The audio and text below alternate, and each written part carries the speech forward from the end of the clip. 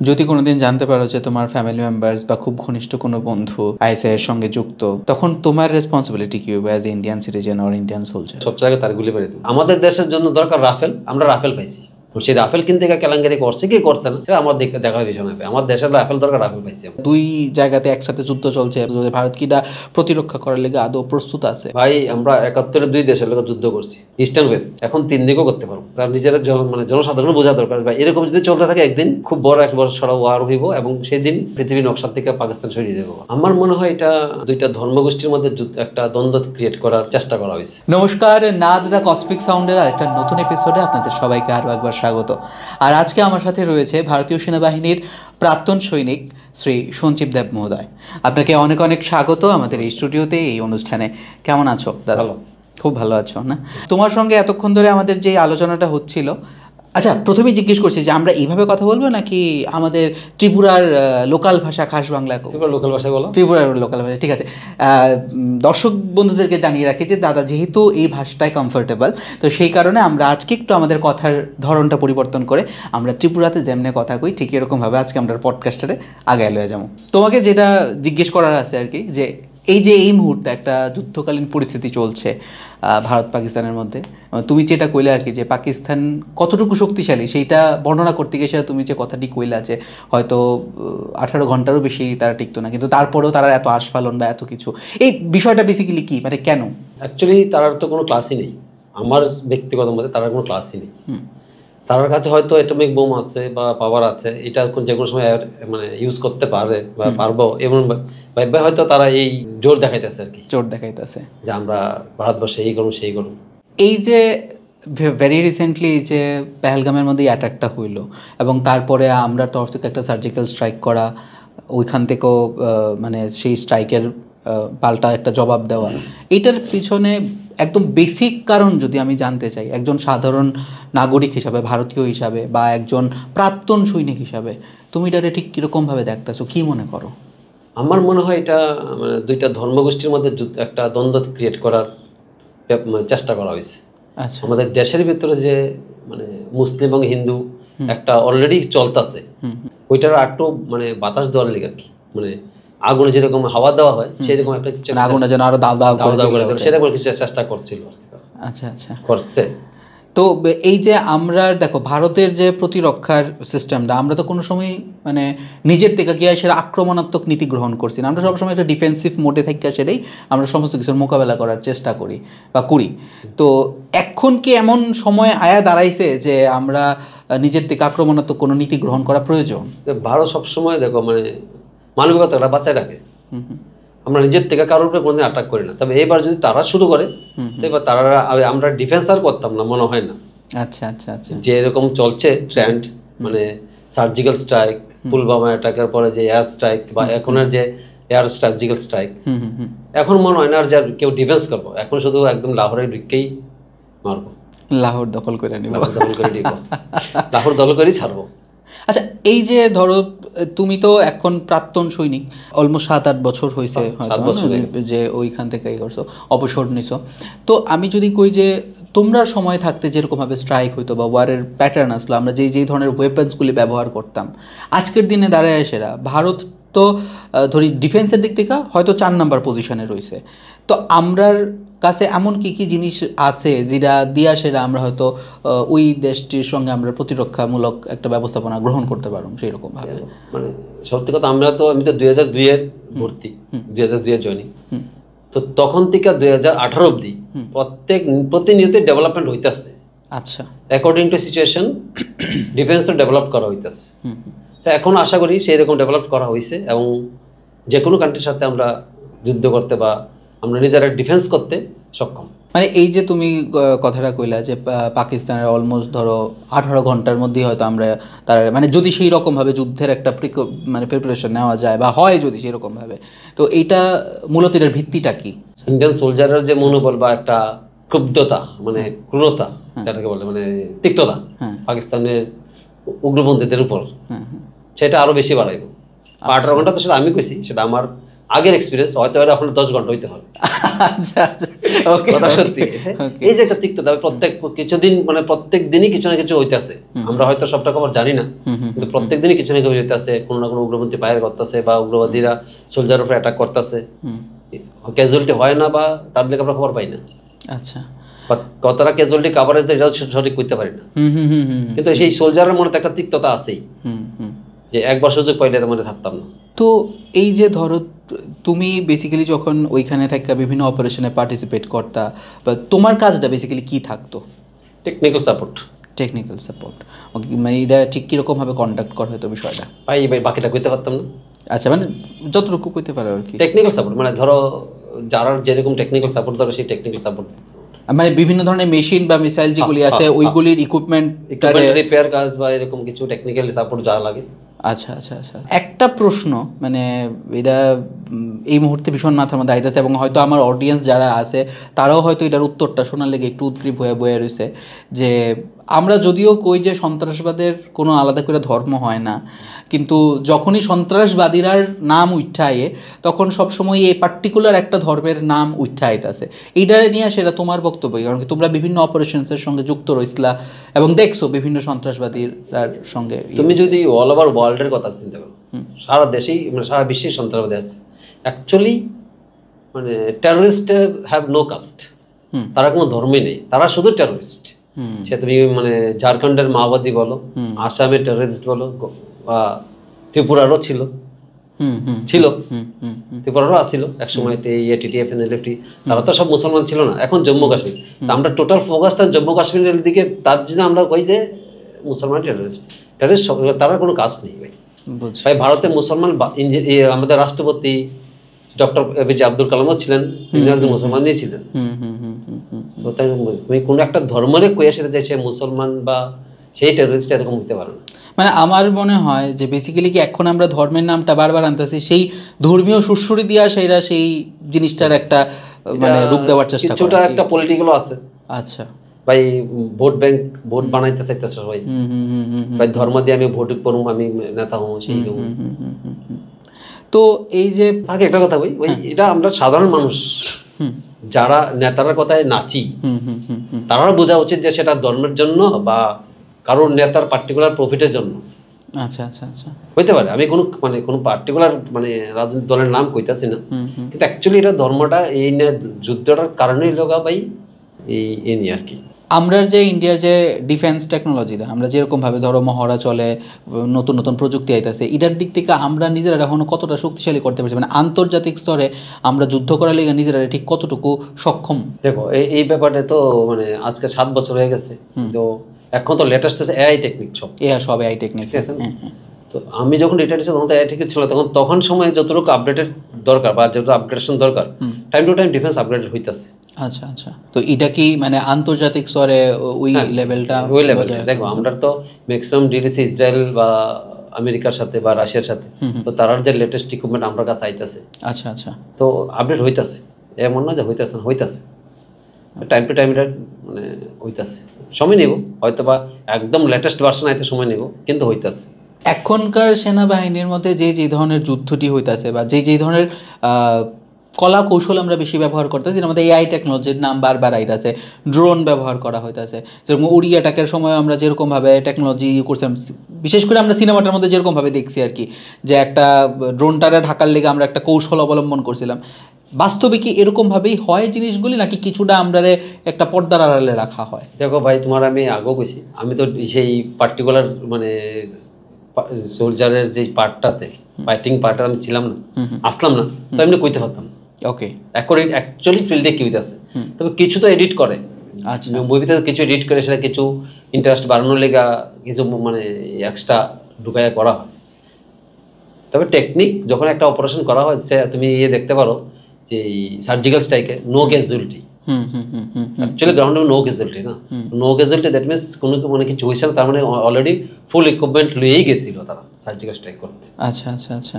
প্রতিরক্ষা কেনাকাটার সময় আমরা যখন বিভিন্ন ধরনের ধরো মিসাইল, রাফেল, এইসব জিনিসপত্র যখন কেনা হয়, তো রাফেল কেনার সময় একটা বড় কেলেঙ্কারির কথা শোনা গেছিল। তো ইডি সম্পর্কে তোমার মানে ব্যক্তিগত অভিজ্ঞতা কি? দেখো ভাই, আমরা তো অস্ত্র দরকার, রাফেল দরকার বা আমাদের হাতিয়ার দরকার, মানে এটা কেলেঙ্কারি করছে কি করছে না দেখতে তো আমরা লাভ না, আমরা হাতের জায়গা বা হাতের পাইছি ভাই। না এবার ধরো একজন ভারতীয় নাগরিক হিসাবে আমি যদি তোমার প্রশ্ন করি যে আমরা সবাই ট্যাক্স পেয়ার্স, আমরা ট্যাক্সের টাকা দিয়া সেটাই তো সেই জিনিসগুলির মধ্যে একটা বাজেট বরাদ্দ করা এবং সেইখান থেকে সেই জিনিসগুলি কেনা হইতেছে। যদি সেই কেলেঙ্কারিগুলি না হইতো হয়তো আমরা আরো আজকে ওই জায়গা থেকে আরো উন্নত থাকার কেলেঙ্কারি হইছে যে তুমি কইতাছো যে কেলেঙ্কারি হইছে, তার তো কোনো প্রুফ নাই, কেউ তো কোনোদিন প্রুফ সাবমিট করছে না বা তার উপরে কোনো অ্যাকশন হয়েছে। যা রটে তার কিছুটাও হয়তো বটে, হইতে পারে মেবি, কিন্তু সেটা আমাদের কাছে যতক্ষণ আমি এজ এ কমন মানে সাধারণ নাগরিক যতক্ষণ না প্রুফ পাবো ততক্ষণ আমি সেটা বিশ্বাস করতাম না। ওকে, আর আমাদের দেশের জন্য দরকার রাফেল, আমরা রাফেল পাইছি, সেই রাফেল কিনতে গিয়ে কেলেঙ্কারি করছে কি করছে না সেটা আমার দেখার বিষয় না। আমার দেশের রাফেল দরকার, রাফেল পাইছি আমরা, এবং তোমরা দেখছো এবার সার্জিক্যাল এয়ার স্ট্রাইকে রাফেল খুব মানে কার্যকরী হয়েছে।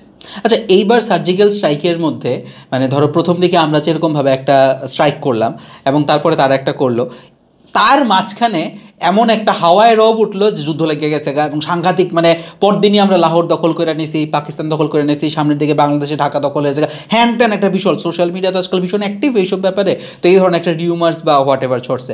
পরদিন সকালবেলা যখন আমরা ঘুম ভাঙলো তখন দেখলাম যে মিডিয়া, অ্যাকচুয়াল মিডিয়া অন্যরকম কইতেছে, সোশ্যাল মিডিয়া অন্যরকম কইতেছে আর কি। তো এই ধরনের বিষয়টা এক্স্যাক্টলি কি লেখা হয়, মানে এটা কি কোনোভাবে আমরা দৃষ্টি অন্যদিকে ঘুরাই দেওয়ার লেখা নাকি অন্য কিছু? অ্যাকচুয়ালি সিদ্ধার্থ ব্যাপারটা হলো আর সোশ্যাল মিডিয়াতে যারা এই পডকাস্ট বা যারা এই রিল বানায় তার দরকার হচ্ছে লাইকস অ্যান্ড ভিউজ, তো তারা তো মশলা অ্যাড করবে ভাই। মানে ইভেন এটার লেগা আমরা যদি আমি যে কই যে ধরো সংবাদ মাধ্যম যেটা, হ্যাঁ তারা তো আমরা একটা বিশাল বড় মানে চতুর্থ পিলার যেটাতে কওয়া হয় আর কি, যে সংবাদ পরিবেশন করে সেটা জনগণরা সতর্ক করতেছে, সেই জায়গাতে তারার তরফ থেকে যদি এই ধরনের মিস ইনফরমেশন বা মিসলিডিং নিউজ কিছু দেওয়া হয় তাহলে এটা আমরার মতন সাধারণ নাগরিকেরও বিশ্বাস করার জায়গাটাতে একটা বোঝা খুব কঠিন ভাই, কে সত্যি কইতাছে কে সত্যি কইছে কে মিথ্যা কইছে। তার জন্য তোমার দুনো দেশের নিউজ চ্যানেল দেখতে পারলে বুঝতে পারবা, কিন্তু অন্য দেশে তো দেখাই তো না, ঠিক আছে।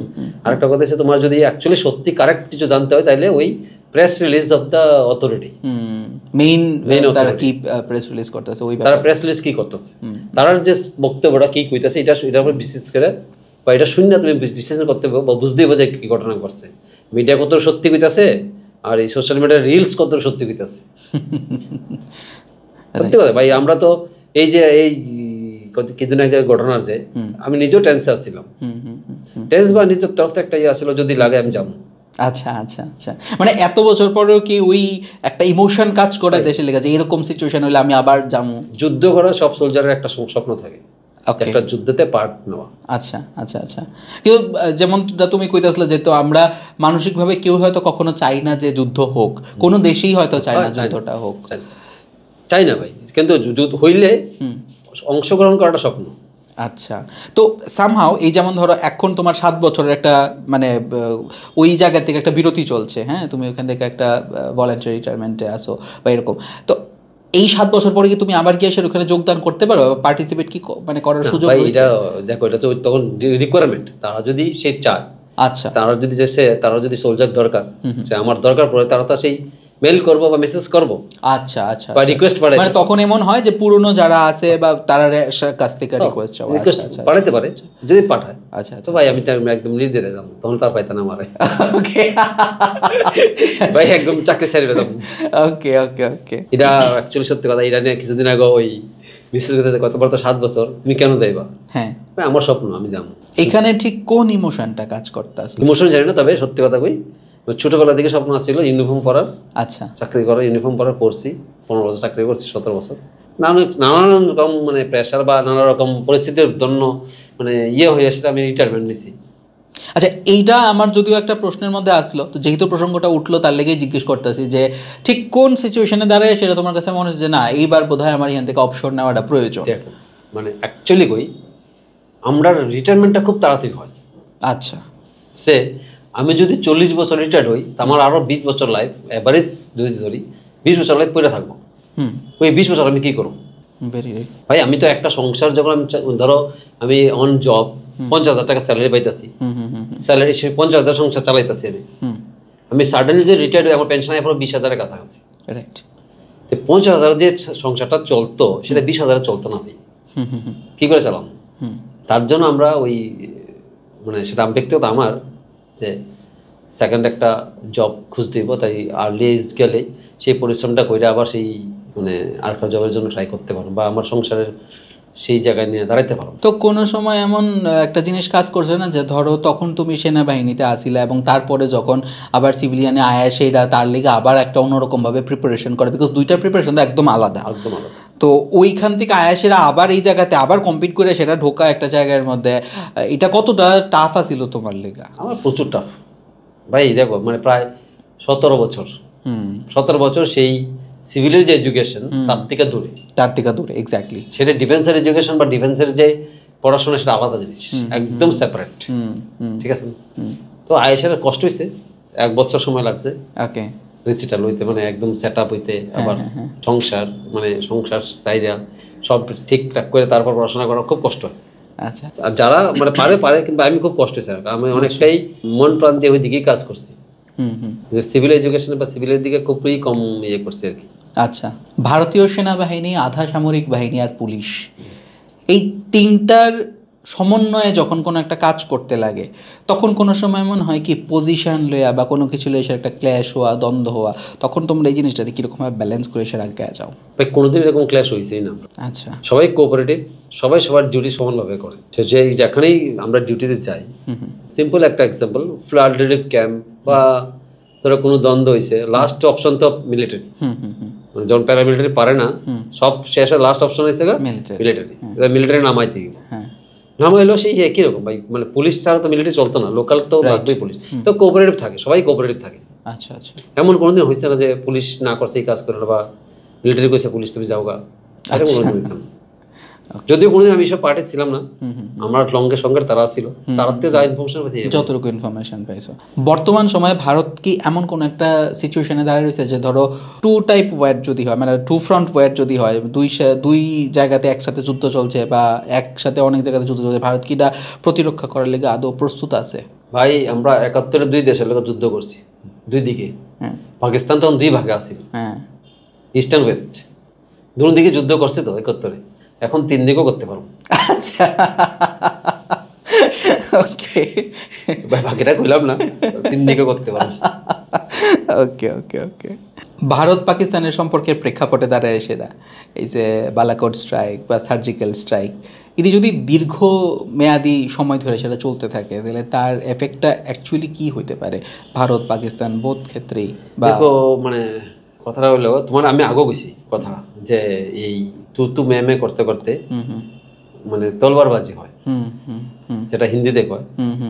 মানে এই যে ছোট ছোট সার্জিক্যাল স্ট্রাইক এই করতে করতে তুমি জাস্ট একটা চিন্তা করো, সার্জিক্যাল স্ট্রাইক আসলে ছোট্ট একটা ঘটনা, তারপর এই বালাকোটের স্ট্রাইক এখন তার চেয়ে বড়। সে এরকম যদি চলতে থাকে মানে সেটা দুই দেশের লেগেই, পাকিস্তানও বোঝার দরকার বা ভারতেরও বোঝার দরকার। ভারতের তো বোঝার দরকারই নেই, ভারত তো সেই প্রতিশোধ নেই বা রক্ষা করে বা মানে বদলা নেই, পাকিস্তানও বোঝা দরকার, তার নিজেরা মানে জনসাধারণও বোঝা দরকার। বা এরকম যদি চলতে থাকে একদিন মানে খুব বড় এক বড় সড়ক ওয়ার হইব এবং সেই দিন পাকিস্তানের জায়গা থাকতো না, হয়তো মানে পৃথিবীর নকশার থেকে পাকিস্তান সরিয়ে দেবো। মানে এইটাই আলোচনা হইতেছিল যে হয়তো পৃথিবীর মানচিত্রে পাকিস্তানের কোনো অস্তিত্ব নাও থাকতে পারে এবং সেই ক্ষেত্রে একটা তৃতীয় বিশ্বযুদ্ধ লাগার সম্ভাবনাটাও হয়তো খুব প্রবল হইতে পারে, মেবি। মানে সবই একটা আনসার্টেনিটির মানে এরকম একটা, কারণ কি অ্যাকচুয়াল মুভমেন্টের সময় কে কোন দিকে পাল্টে নিব বা কি করবো তা তো আমরা অ্যাকচুয়ালি নিজেরাও জানি না, কিন্তু একটা সম্ভাবনা মানে এরকম একটা রয়ে যাইতেছে। তবে মানে পাকিস্তান মানে পাকিস্তান না, সেই পাকিস্তানের টেররিস্ট, আমি পাকিস্তান কই না, পাকিস্তান টেররিস্ট যা শুরু করছে, মানে সেই তুমি উরি অ্যাটাক বলো, পুলওয়ামা অ্যাটাক বলো, এখন তোমার এই পেহেলগাম অ্যাটাক, এগুলি মানবিক দিক দিয়ে চিন্তা করলে মনুষ্যত্বের কাজ নয় ভাই। ভাই তোমার যদি কোনো ইয়ে থাকে তুমি মানে কথায় আসো, বা এই সে কাশ্মীর চায়, সে কাশ্মীর, ভাই কাশ্মীরের লোক তো তোমাকে চায় না। আচ্ছা, তুমি অনেক আজকাল দেখো মানে অনেকগুলি নিউজ বা অনেকগুলি রিলসে দেখায় কাশ্মীরের খুব হ্যাপি আছে, কারণ তারা এখন ইন্ডিপেন্ডেন্ট বা ইউনিয়ন টেরিটরি আন্ডারে আছে, তারা খুব এক্স্যাক্টলি তারা খুব হ্যাপি আছে। বিকজ আমরা তার আগে আরেকটা পডকাস্টে এই বিষয়টা নিয়ে আলোচনা করছিলাম, যবে থেকে ধরো ওই জায়গাতে বন্দে ভারত গেছে, ওইখানের পর্যটন শিল্প অলমোস্ট 400% রাইজ করছে, তো ওইখানের যারা লোকালসরা রয়েছে তার একটা ভালো কর্মসংস্থানের ব্যবস্থা হয়েছে। এক্স্যাক্টলি তোমার এই কথাই কইতে আসলাম, ওই সময় কইছিলা যে ওই যে ইনসিডেন্টটা, তার পিছনে কারণ এটার পিছনে একটা লজিক এটাই যদি সেখানে টেররিস্ট বন্ধ হয়, কাশ্মীরের যে সোর্স অফ ইনকামটা কম হয়ে যাবে, তারা ক্রাইসিস আইব, ক্রাইসিস আইলে তারা সেই মানে ভাই ব্যর্থ শূন্যতা স্বীকার করবো, সে তো চাই টাকা চাই, খাবার চাই, তখন সে ফেরত শেষ হয়ে যাবে, তখন সে চাইবো মানে তখন তার কাছে কোনো অপশন না থাকলে সেই তখন তারা ক্যাপচার করবে, আর তারা ঠিক ওই সিচুয়েশনটারে ক্যাপচার করার চেষ্টা করবে, ওই মানুষটির আবার ওই কাজের মধ্যে ইনভলভ করা ওইরকম। এই জায়গাটার মধ্যে দাঁড়ায় সেটা মাদ্রাসাটা ঠিক কি ভূমিকা পালন করতেছে? ভাই মাদ্রাসার দেখো ভিতরের ঘটনা তো আমরা জানি না, তবে যতগুলি আজ পর্যন্ত মানে টেররিস্ট ধরা পড়ছে সবাই ম্যাক্সিমাম মানে সেই তুমি বলো কাসাব বলো বা সেই বুরান কি বলে আমরা ভুলে গেছি, বুরান বাণী বা কি কি ছিল, ম্যাক্সিমামই ওইখানেরই স্টুডেন্ট। আচ্ছা, তো তারারে এমন কি ধরনের লোভ দেখানো হইতাছে বা কি করানো হইতাছে বেসিক্যালি যে তারা নো আইডিয়া? অ্যাকচুয়ালি বললাম তারা কোনো কাস্ট নেই বা তারা কোনো কালচার নেই, তারা কোনো কিছু নেই। আমরা এবার যদি একটু পাকিস্তানের দিক থেকে সইরে আসে, যদি একটু চায়নার উপরে ফোকাস করি, তাহলে ভারত চায়নার সময় যখন একটা উত্তেজনামূলক পরিস্থিতি চলতে আসলো, তখন ইন্ডিয়ার কাছে প্রতিহত করার লিগা মানে ওই শক্তির প্রতিহত করার লিগা কি যেসব ইকুইপমেন্ট আসিল, হ্যাঁ, এই কি সময় মতন বা ধরো এক্স্যাক্ট ওই রকম আপগ্রেডেড ইকুইপমেন্ট কি আয়া পৌঁছাইছে বা এখন কি আমরা পাইতাছি সেগুলি? আমি যখন ছিলাম তখন ছিল। আচ্ছা, আপগ্রেড রিকমেন্ড শুধু ছিল না ফাইটারটা, সেটা হচ্ছে রাফেল। আমরা যাদের সুখই ছিল তাদের কাছে দেখো নাম্বার অফ মানে মানে ইয়ে কোয়ান্টিটি দিয়ে তার কাছে অনেকগুলি ডিফারেন্স। আমি কিছুদিন আগে সেই জি নিউজে কি বলে ডিএনএ করে একটা চ্যানেল আসতো, এইটা সুধীর চৌধুরী করতো জি নিউজে ডিএনএ করে, তখন তার একটা রিপোর্টে দেখছিলাম সে ওই কম্পারিজন করছিল। আচ্ছা, কার কাছে কতটা ফাইটার আছে, কার কাছে কতটা আছে, তার থেকে নাম্বারে কিছু কম আছে, কিন্তু ভাই সোলজারের যে মানে সাহস মনোবল শক্তি আমরা তার থেকে অনেক বেশি। আচ্ছা আচ্ছা আচ্ছা, তুমি কিছুদিন আগে ঘটনা দেখছো না, আশা করি নিউজে আসছিল, ওই যে কতজন মানে ফায়ারিং হয়েছে, ক্রস ফায়ারিং হয়েছে দুই দেশের মধ্যে, তারা কিছু সোলজার মরছে, আমরা মরছে, তবে আমরা তো টুকরে একদম কম ভাই, এখানে তো আমরা তো 100 জনের মধ্যে ডিউটিতে আসছিল, তারা তো সেই একটা বাটালিয়ন আটকে রাখছে। বর্তমান সময়ে দাঁড়ায় থেকে সেটা মানে এই ওয়ার যখন চলতে আসলো তখন একটা টার্ম বারবার উঠাইতেছিল যে সাইবার যুদ্ধ, ইনফরমেশন হ্যাক, ইনফরমেশনের উপরে অ্যাটাক করা, এই বিষয়টির মানে আইটির দিক থেকে তো ইন্ডিয়া অনেকটাই আপগ্রেড হয়েছে, এবং সেই জায়গাতে হয়তো পাকিস্তান অনেকটাও মানে পিছনে সেই জায়গাটার দিক থেকে। আমরা ঠিক কতটুকু স্ট্রং আছে মানে এই ধরনের অ্যাটাক যদি হয় আমরা মোকাবিলা করলে কতটুকু বুঝতে, কারণ কি এখন তো ওয়ারের প্যাটার্নটাও বদলে যেতেছে গা। ডেফিনেটলি ওয়ারের প্যাটার্নটা অন্যরকম, ঠিক আছে। অনেক আগে ওই তো এটি তোমার এই গ্রাউন্ড ফাইট যেটা 65-এ দেবো 71-এ গ্রাউন্ডে মানে ইনফেন্ট্রি আর্টিলারির ফাইট, এখন সেটাই মানে ইন্টেলিজেন্স ফাইট, এটা ওই কি বলে তোমার ইনফরমেশনের জন্য। ইন্ডিয়া তো ওয়েল ইকুইপড ভাই, আমরা যে আইটি সেটা আমার মনে হয় ওয়ার্ল্ডের সেরা, আমার মনে হয় ভাই সারা ওয়ার্ল্ডে আমরা ইঞ্জিনিয়ার পেয়ে রয়েছে, আমরা নিজের স্যাটেলাইট আছে ওখানে। এক্স্যাক্টলি, আমরা এতদিন কারো মানে এই গুগল স্যাটেলাইটের একটাই স্যাটেলাইটের উপর ভরসা আসলাম, আমরা নিজের এখন স্যাটেলাইট আছে, তো আমরা ইকুইপমেন্ট আমরা টেকনোলজির দিক দিয়ে আমরা অনেকটাই স্ট্রং, আর তারা আমরা কিছু করতে পারতাম। ওকে, হয়তো ধরো ওই মানে কিছু একটা যদি ইনসিডেন্ট করে, তারা যেটা তিলরে বোমা বানায়, ঠিক আছে ভাই, এমন তো হইবই, একদম যে তারা কিছু করতো না তা তো না, কিছু একটা হয়তো ছোট মোটো একটা কিছু করতেই পারে, তার জন্য আমরা প্রিপেয়ার। আচ্ছা, এই মেক ইন ইন্ডিয়া তো সব জায়গাতেই মানে ভীষণভাবে একটা প্রজেক্ট চলছে, তো প্রতিরক্ষার ক্ষেত্রে আমরা এখানে যা যা কিছু ইডি হইতেছে, ইডির মধ্যে মেক ইন ইন্ডিয়াটা কতটুকু ফলপ্রসূ হয়েছে বা বাস্তবায়িত হয়েছে? ভাই তোমরা কি জানো না মিসাইল, সেই আমাদের যে মিসাইল, সেই অগ্নি বলো, ব্রহ্মস বলো, আকাশ, পৃথিবী, নাগ, এই শুধু আমরা Indian make. Doctor APJ Abdul Kalam আমাদের সায়েন্টিস্ট, গ্রেটেস্ট সায়েন্টিস্ট, উনি যে মিসাইল প্রথম ইনভেন্ট করলেন 5টা, আমি পাটনা দিয়ে বলি, একদম একদম একদম পাটনা দিয়ে, আমরা যা জানলাম পাটনা, আমার মনে হয় তিনি অরিজিনাল পাটনারই ছিলেন, এদিকে তাই তিনি পাটনা দিয়ে শুরু করেছেন। পৃথিবী, আকাশ, ত্রিশূল, নাগ আর হলো অগ্নি, পাটনা, সেই 5টা মিসাইল তিনি শুরু করলেন প্রথম। আচ্ছা, তারপর ধীরে ধীরে আরো মিসাইল বললো ব্রহ্মস, ব্রহ্মস তো এখন আবিষ্কার হয়েছে, ব্রহ্মস তো আমরা সবাই জানি, 5টা মিসাইল ব্রহ্মস 5-1 চলছে, তো এগুলো তো ইন্ডিয়ান ভাই, মেক ইন ইন্ডিয়ান। আর আমার মনে হয় তেজস যে ফাইটারটা সেটাও ইন্ডিয়ান, তাহলে মেক ইন ইন্ডিয়া তো হচ্ছে ভাই, বুঝতেছে? আচ্ছা, কোনো একটা জায়গাতে এই যে নামাকরণটি তুমি যে কইলা, এই কোনো একটা জায়গা থেকে আমরা শাস্ত্রের সঙ্গে, পুরাণের সঙ্গে, রামায়ণ মহাভারতের যুগের সঙ্গে এটার কোনো ধরনের ইনফ্লুয়েন্স আছে নামাকরণটির পেছনে, বা টেকনোলজির দিক থেকেও যদি আমি ভাবি? আমার এটা ব্যক্তিগত আইডিয়া করতেছি ভাই, আমার মনে হয় মানে এটা যতটুকু জানি, যত সব ইকুইপমেন্ট বা যত সব অস্ত্র আবিষ্কার সব এগুলো আমরা রামায়ণ এবং মহাভারতের থিম থেকেই। আচ্ছা, কিরকম যদি এক দুটো এক্সাম্পল দিয়ে একটু বোঝাও। সে মিসাইল, আমরা রামায়ণে কি দেখছি, তীর মারছি, অনেক দূরে গেছে, তীরটা গিয়ে পড়ছে, ব্লাস্ট হয়েছে, অনেক সোলজার মারা গেছে। ওই তিনটা তুমি যদি এদিকে কনভার্ট করো তাহলে কি এলো, মিসাইল। এখন মিসাইল সেম, একটা ওয়ারহেড নিয়ে যায়, কনসেপ্টটা সেম, ওই কনসেপ্টটা সেম, বা টেকনোলজিটাও সেম। এখান থেকে মারছি, মিসাইলটা ছাড়ি ওই সে দূরে যায়, গিয়ে পরে ওইখানে ব্লাস্ট হয়, এখানে ডিস্ট্রয় করে। আমার মনে হয় সবগুলি থিম ওইখান থেকেই শুরু হয়েছে। ওকে।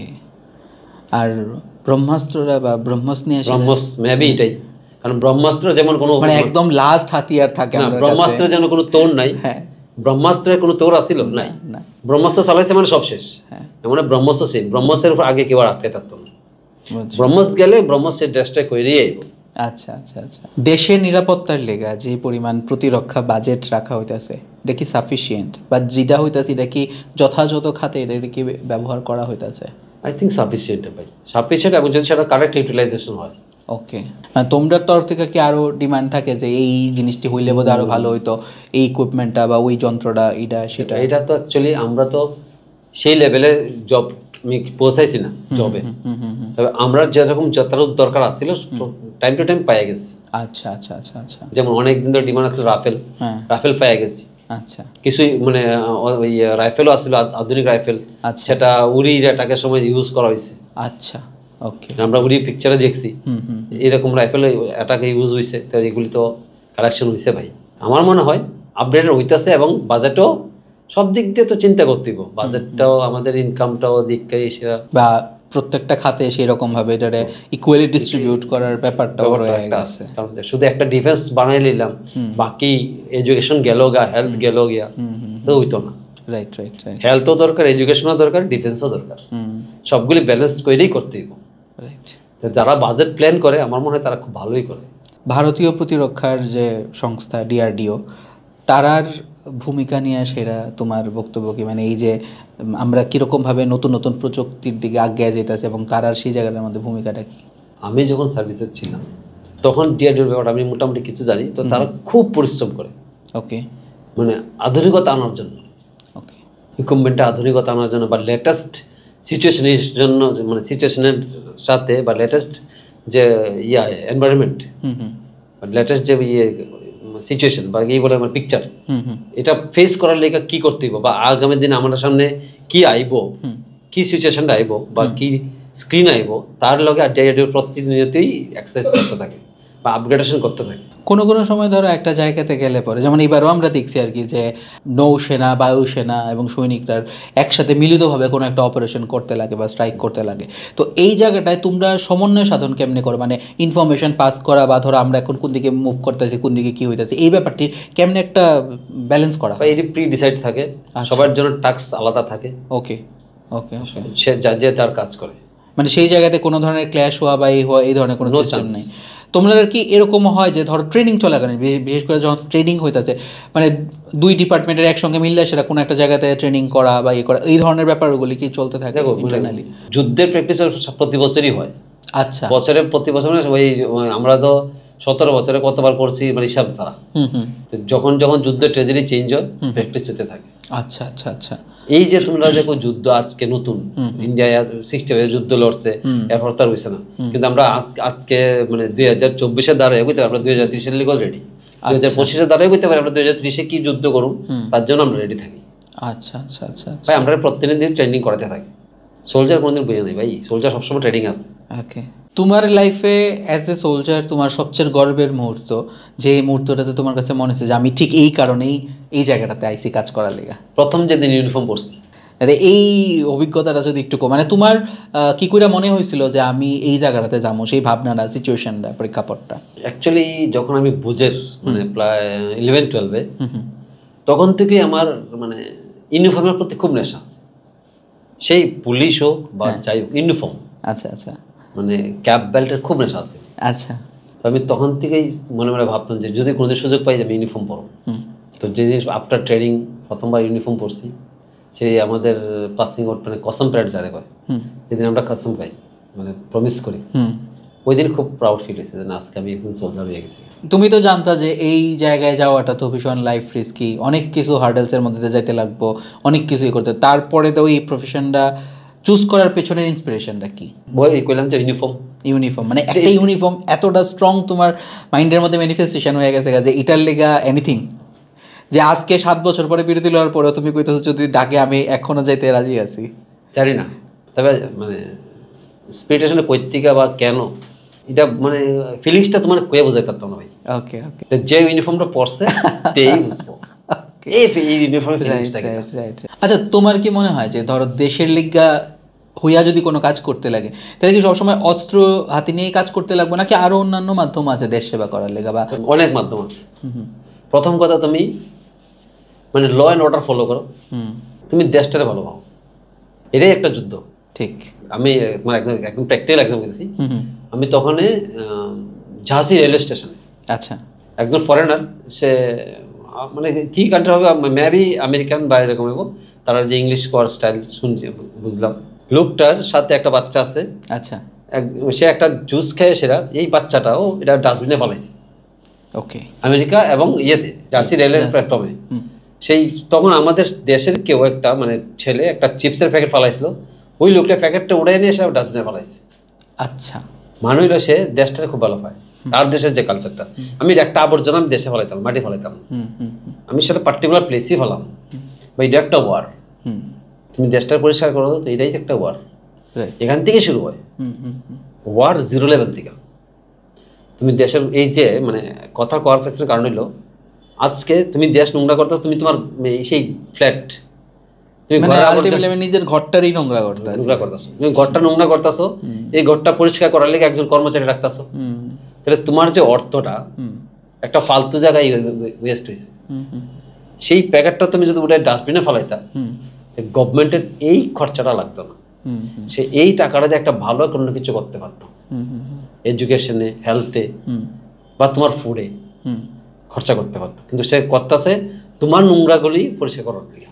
Right right right. তুমি আগরতলা শহরে সকালে দেখো অনেক বৃষ্টি হলেই দেখা যায়, বৃষ্টি হলেই দেখা যায়। দেখো ওই আমাদের আগরতলা শহরে কি জানো মানে ঝাড়ু দিয়ে সেটা আবর্জনাটা ড্রেনে, এই অল্প অল্প আবর্জনা গিয়ে সেটা ড্রেন ব্লকেজ একটা হয়। বৃষ্টি হলে পুরো শহর জলের তলে, আলটিমেট কষ্ট কে পাইতেছে? তুমি। সেই ছোট্ট আবর্জনা ফোটলাটা যদি তুমি ডাস্টবিনে ফেলাইতা, সেই ব্লকটা হইল নাইলে মানুষের এত কষ্ট হইল না। Very important point, very important point. তোমার যদি আগামী প্রজন্মের লেগা কোনো একটা শিক্ষা দেওয়া যেতে লাগে, দেশপ্রেম নিয়ে সেরা বা যুদ্ধ নিয়ে সেরা বা নীতিগত দিক থেকে সেরা, তুমি কোন বিষয়টারে ফোকাস করে সেরা 2-3টা লাইন কইবা? সবচেয়ে আগে মানে তোমার বাচ্চা বা তোমার তো নেই, I am not married yet, মানে বাচ্চারা ভাই মানুষ মানে একদম ভালো মানুষের মতো শিক্ষা দাও। মানে ইয়ে নয় যে আমি ভালো ডাক্তার বানাবই না, দেশটারে ভালোবাসতে শেখাও।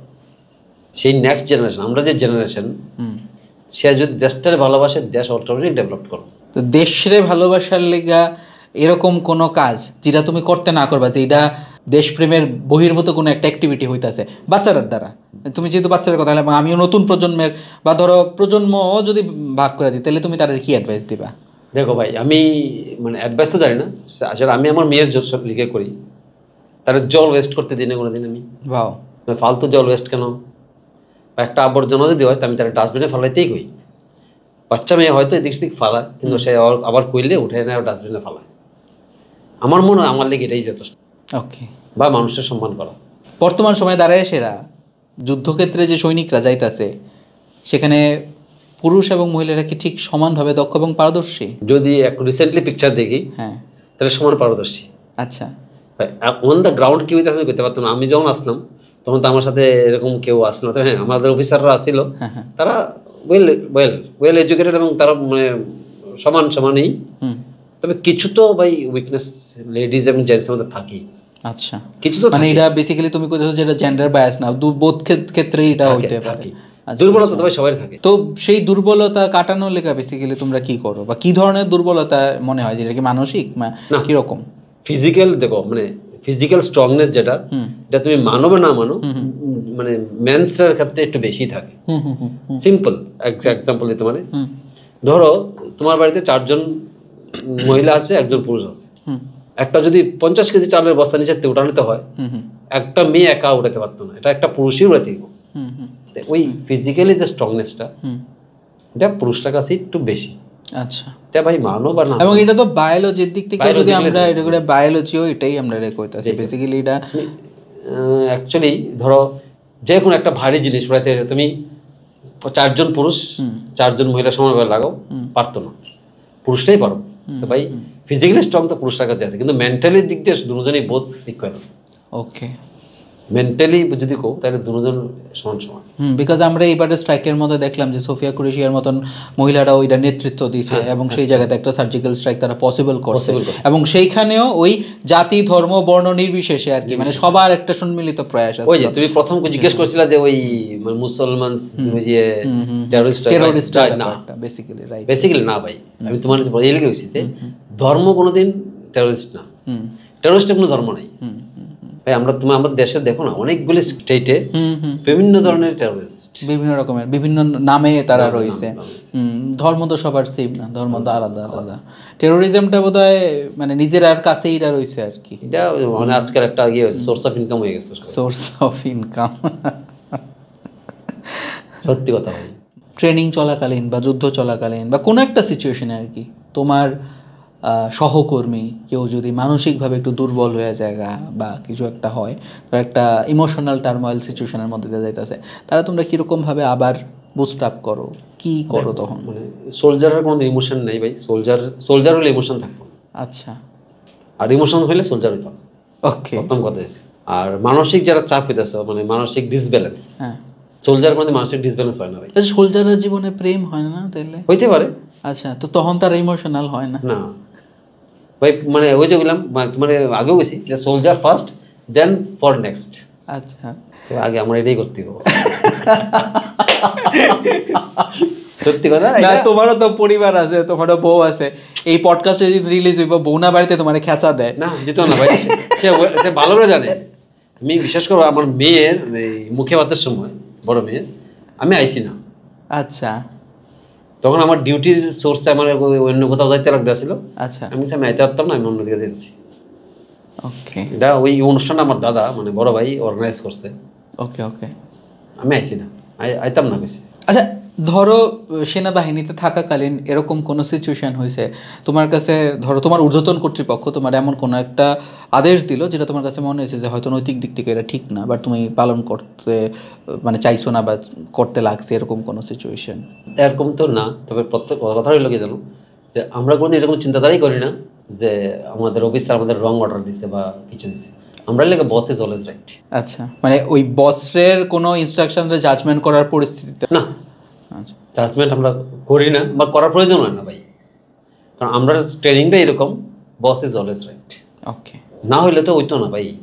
তুমি সার্জিক্যাল একজন লোক 100 জন লোকরে বা নেতৃত্ব দিতেছে, সে ভুল হইতে পারে না ভাই। আর তারারও তো এটা মানে সম্মিলিত একটা ডিসিশন থাকে, হয়তো কয়েকজন মিললে সেটা এটা ইয়ে করে সেটা তারপরে ইনস্ট্রাকশন থাকে, উপর থেকে ইনস্ট্রাকশন থাকে যে এরকম ভাবে কাজটা করতে। এবার একটা ভীষণ হাইপোথেটিক্যাল সিচুয়েশন, যে এমন একটা সিচুয়েশন যেখানে তোমার শত্রুরে গুল্লি কইরা মারতে লাগবো আর কিছু সিভিলিয়ানরে বাঁচাইতে লাগবো, মানে এমন একটা সিচুয়েশন হয়েছে, তুমি কোনটা করার লেগা বেশি ইয়ে থাকবে, মানে দুইটার যে কোনো একটা তোমার হয়তো মেবি চুজ করতে লাগতে পারে। দেখো, তোমার প্রথমে গেছি আমি টেকনিক্যাল স্টাফ আছিলাম, তো এরকম সিচুয়েশন কোনোদিন আইসে না। আর যদিও আইতো, তো আমরা তো ট্রেনিং এরকমই ভাই, 10 জন উগ্রপন্থী ছুটতে গেলেও একজন নিরীহ লোক যেন না মরে। তো এই জায়গাতে ডিসিশন নেওয়াটা তো ভীষণ টাফ হয়ে যায় না এই বিষয়টা? তুমি দেখো অনেক ভিডিও রিলিজ হয় আজকাল যে অপারেশনের, মানে যদি এরকম সিচুয়েশন হয় তাহলে তারা অনেক ফোন করে সেটা মোটিভেট করার চেষ্টা করা হয়। রিসেন্টলি কিছুদিন একটা ঘটনা ঘটছে, ভিডিও কল যে তোমার ভাইরাল হয়েছে, যে ফোন করে কইতেছে যে তোমার কিচ্ছু করতাম না, এই না তুমি আয়া পড়ো।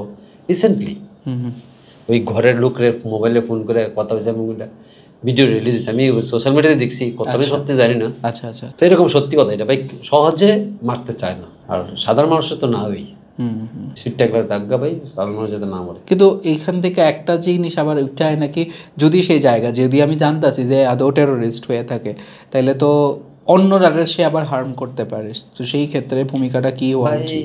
এটা তো অ্যাকচুয়ালি সিচুয়েশনই কইব তোমারে কি প্রকার, মানে কিভাবে সে ওই সিচুয়েশন ট্যাকেল দিছে, যে ইনচার্জ থাকে ওই অপারেশনের তার উপর ডিপেন্ড করে সে কিভাবে করবো। রাইট। কিন্তু ইনস্ট্রাকশন তাই থাকে ভাই, নিরীহ লোক যেন না মরে। ওকে, মানে ওইটাই আমার ফার্স্ট প্রায়োরিটি। priority। তো ওইটার প্রায়োরিটি রেখা সেরেই আমার বাকি সব অপারেশনটা কমপ্লিট করতে লাগবো। যুদ্ধ জেতের লেখা কখনো মিথ্যা কথা কোয়া বা প্ররোচনার মানে আশ্রয় নেওয়া? দেখো ভাই একটা কমন ডায়লগ আছে, everything is fair in love and war. Love and war. তোমার এই কথাটাই হয়তো অনেকটা উত্তর দেওয়া দিছে, বাট তাও আমি একটু এক্সপ্লেনেশন শুনতে চাবো তোমার। বেশি কিছু করতে হবে না। ওকে, মানে এই যে কূটনৈতিক ব্যাপারটা বা প্রতারণার বিষয়টা যুদ্ধ জয় করার লেগে, সেটা আমরা সেই পুরাণ আমল থেকেই চলে এসেছে। রামায়ণ মহাভারতের মধ্যেও যদি দেখি যুদ্ধ জয় করার লেগা, যেখানে যুধিষ্ঠির পর্যন্ত যে সত্যবাদী আসলো, সে পর্যন্ত একটা জায়গাতে গিয়ে সেটা একটু ট্যাক্টফুলি একটা কথা কইছিল। হ্যাঁ, তো হয়তো ধর্ম রক্ষা করার লেগা কোনো না কোনো জায়গাতে আমরা এরকম ভাবে একটা আশ্রয় নিতে লাগে। ওইখান থেকে কথাটা আইছিল, everything is fair in war and love. লাভটা তো জানি না ভাই, কিন্তু everything is fair in war. মানে তোমার জীবনে কি আসলে ইমোশন বলতে কিচ্ছু নাই? লাভ যত বাড়ি আইতাছে তুমি এটারে দেশপ্রেম দিয়া কভার করে দিতেছ। জানি না মানে লাভ কোনোদিন মানে সেরকম হইছেই না কোনো। আচ্ছা আচ্ছা, ধরো কাজে আসো, হ্যাঁ, সীমান্তে কোনো একটা জায়গাতে বা কোনো একটা অপারেশনে আসো, ওই সময় যদি জানতে পারো যে ফ্যামিলি মেম্বার্সরা কিছু একটা হয়েছে, ড্যামেজ হয়েছে, কিছু একটা হয়েছে, আই হোপ এমন কোনো সিচুয়েশন তোমার হয়েছে না, বাট হয়তো হইতেই পারে আশেপাশে সহকর্মীরা, তখন তারা কীরকমভাবে অ্যাকচুয়ালি সিচুয়েশনের মোকাবেলা করে? কিছুদিন আগে তোমার একটা এই ইন্ডিয়ান আইডল একটা বিএসএফ একটা ছেলে আইছিল গান গাইতে, এটা আমি দেখছিলাম একটা ভিডিওতে। তখন সে কইছিল সে যখন বর্ডারে ডিউটিতে আসলো তার বড় বোন মারা গেছে, বড় বোন, সে আইতে পারছে না বাড়িতে। ওকে, এতে তুমি বুঝে নিতে পারো ভাই ব্যাপারটা কি। প্রথমত চেষ্টা করা হয় মানে যদি এরকম সিচুয়েশন হয় তাহলে তার মানে সিচুয়েশনে থেকে ওভারকাম করার লিগে তার বাড়িতে পাঠানোর এরকম চেষ্টা করা হয়, প্রচুর চেষ্টা করা হয় ডিফেন্স থেকেও। যদি সেরকম এক্সট্রিম কোনো সিচুয়েশন না থাকে, বুঝছি, আর যদি এক্সট্রিম সিচুয়েশন থাকে লাইক দ্যাট এক্ষণের সময় যেটা, তাহলে তো ভাই তুমি সোলজার ফার্স্ট দেন নেক্সট, মানে তখন তোমার অ্যাট এনি হাউ এটারে ওভারকাম করতে হবে। গোর্খা রেজিমেন্ট লয়ে সেটা এত কিছু চলছে, এত মানে প্রভাব হ্যান ত্যান, এটা লয়ে সেটা তোমার বক্তব্য কি? ভাই এটা তো সোশ্যাল মিডিয়া করে, সত্যি কথা ভাই। সোশ্যাল মিডিয়া বা নিউজ চ্যানেল বা এই সেই গোর্খা রেজিমেন্ট, এই সেই রেজিমেন্ট, এই রেজিমেন্ট, ডিফেন্সে যতজন আছে সে এ টু জেড, আমি কোনো পার্টিকুলার করতেছি না, সে বিএসএফ, সিআরপিএফ বা সিআইএসএফ যারা আছে ডিফেন্সে, যারা ক্যাপ বেল্ট পইরা রাখছে না, সবার টাস্ক আলাদা। ওকে, সবাই নিজেরা টাস্কে খুব স্কিল। তো গোর্খার জায়গায় স্কিল, বাকি যারা আছে তার জায়গায় স্কিল। তুমি যদি বলো যে গোর্খা স্কিল, তাহলে যারা নার্স আছে বা মেডিকেল ডক্টর আছে তারা তো স্কিল ভাই, তারা জায়গায় খুব স্কিল। নাহলে এত সোলজারের মানে অ্যাক্সিডেন্ট হওয়ার পরে বাঁচায় রাখে কি করে? রাইট।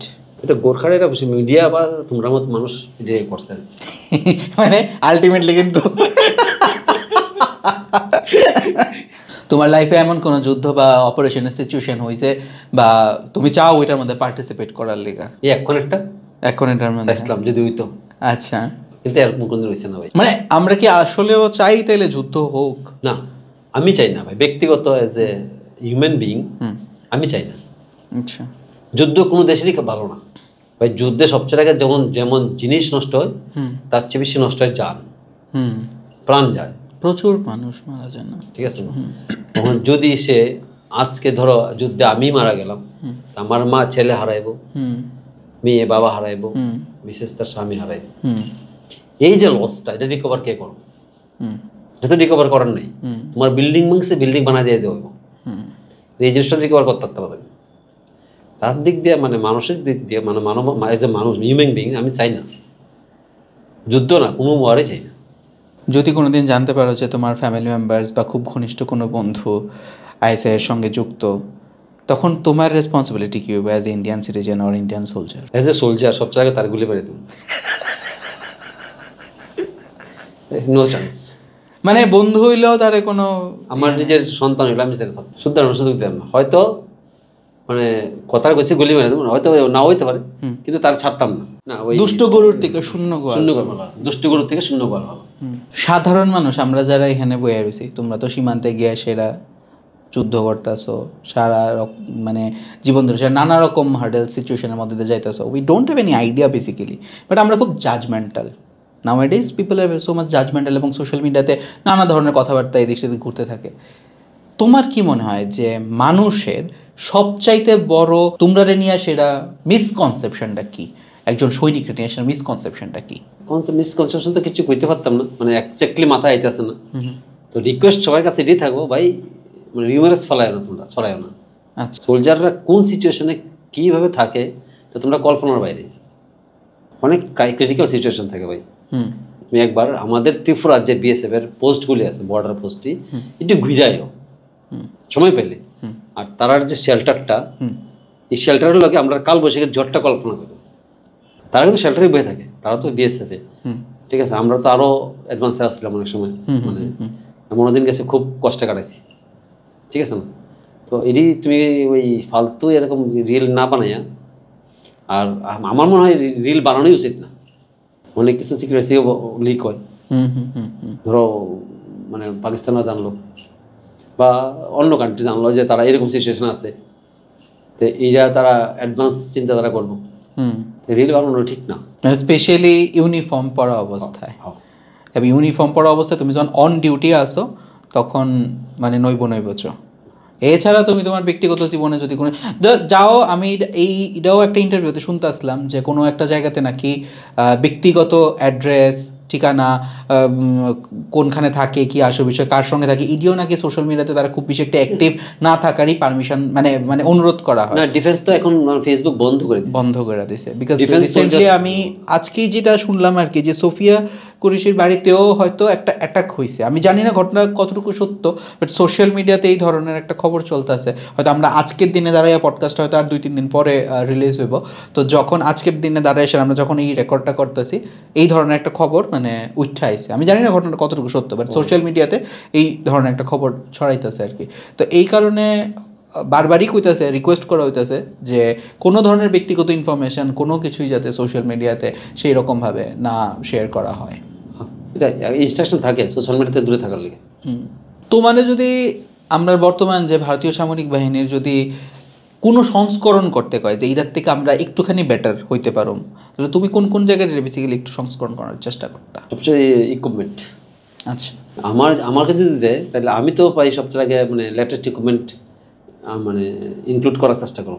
আচ্ছা, আমরা পডকাস্টের একদম শেষ দিকে আয়া পড়ছি।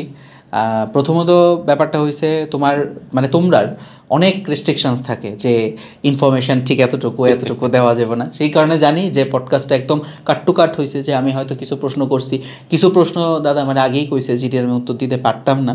সো ঠিক আছে, এবং আমিও সেই সুরক্ষা বজায় রাখার লেগা অনেক ধরনের প্রশ্ন দাদারে করতে পারছি না, যতটুকু পারছি আজকের পরিস্থিতি দ্বারা সেটা আমার মনে হয়েছে যে অডিয়েন্সটার মনের মধ্যে যেই ধরনের প্রশ্ন চলছে তার একটা ছোট্ট অংশ হয়তো আমরা আজকের এই পডকাস্টটাতে তুলে ধরার চেষ্টা করছি।